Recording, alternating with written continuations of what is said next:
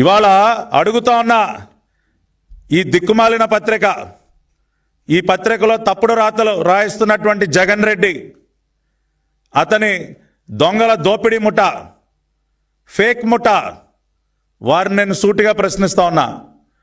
Ursa కంపెనీకి 99 పైసలకే ఎకరాన్ని మేము కట్టబెట్టాం అని ప్రూవ్ చేయడానికి మీ దగ్గర ఉన్నటువంటి కాగితం ఏంటి? దేని ఆధారంగా మీరు ఈ తప్పుడు రాతలు రాస్తా ఉన్నారు? ప్రజల్ని మభ్యపెడతా ఉన్నారు. రాష్ట్రానికి వస్తున్నటువంటి పెట్టుబడులను అడ్డుకునే ప్రయత్నం చేస్తూ ఉన్నారు. మీరు జవాబు చెప్పండి. దేని ఆధారంగా ఈ తప్పుడు రాతలు రాశారు? ఏదన్నా జీవో కాపీ ఉందా మీ దగ్గర? ఉర్సాకి 99 పైసలకే ఎకరం భూమి కేటాయిస్తున్నాం అని చెప్పడానికి మీ దగ్గర జీవో కాపీ ఉందా? ఉంటే బయట పెట్టండి. ఉంటే అది రాష్ట్ర ప్రజలందరికీ చూపించండి.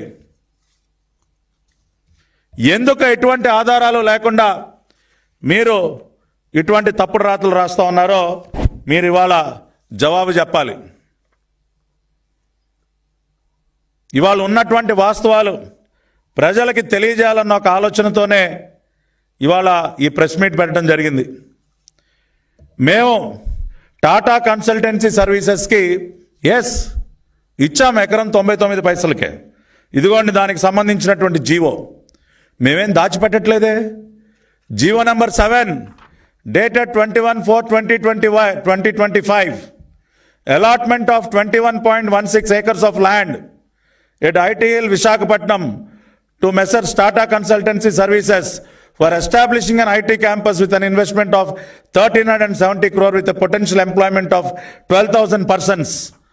మేము ఇచ్చాం జీవో. మేము మీలాగా జీవోలు దాచిపెట్టలేదే.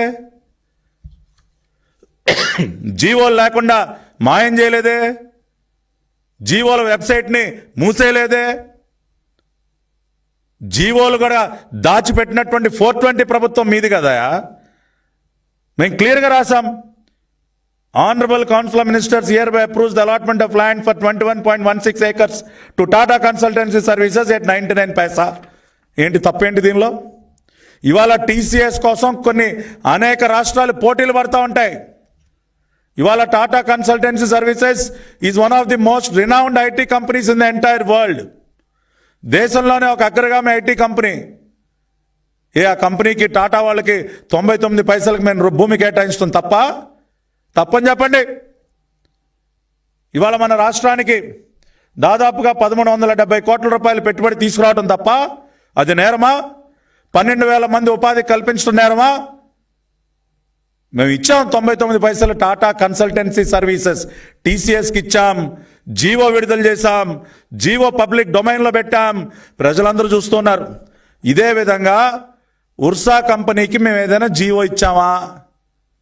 మీరేమన్నా జీవో ఏమన్నా బయట పెట్టగలరా?